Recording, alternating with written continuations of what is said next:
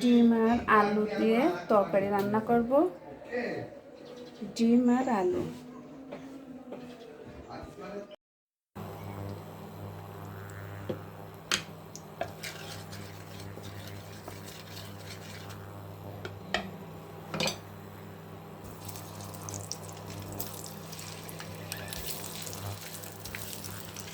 ভাজি করছি।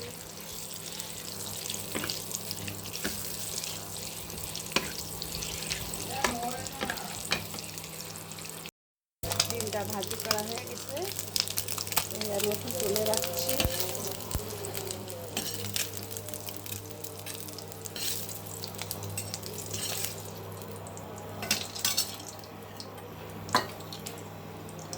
কত সুন্দর ডিম ভাজি করা হয়ে গেল।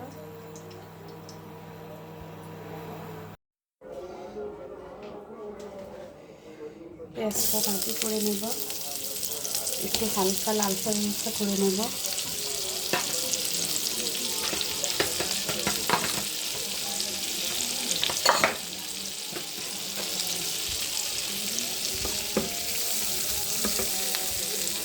একটু তেল কম হয়ে গেলে আর একটু দিলে হয়ে যায়। তেল কম হয়ে গেছিল। এখন পেঁয়াজটা একটু ভাজি করে লাল লাল করব, তারপর একটু মশলাপাতি দেব। এই যে পেঁয়াজ ভাজি করা হয়ে গেছে, এখন আমি একটু হলুদ দিয়ে দিচ্ছি। ঝালটা একটু কম দেব, কারণ আমার মা ঝাল কম খায়, এই জন্য ঝালটা কম দিলাম। একটু লবণ দিয়ে দিলাম, একটু রসুন বাটা, একটু আদা বাটা সব মিক্স করে নিলাম।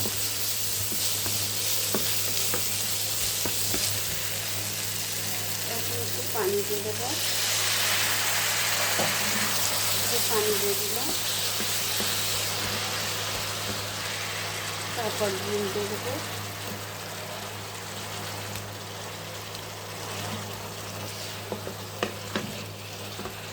এর মধ্যে আলু দিয়ে দেবো।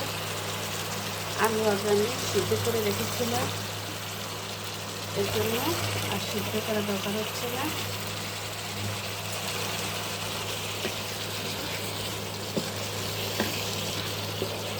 এই জন্য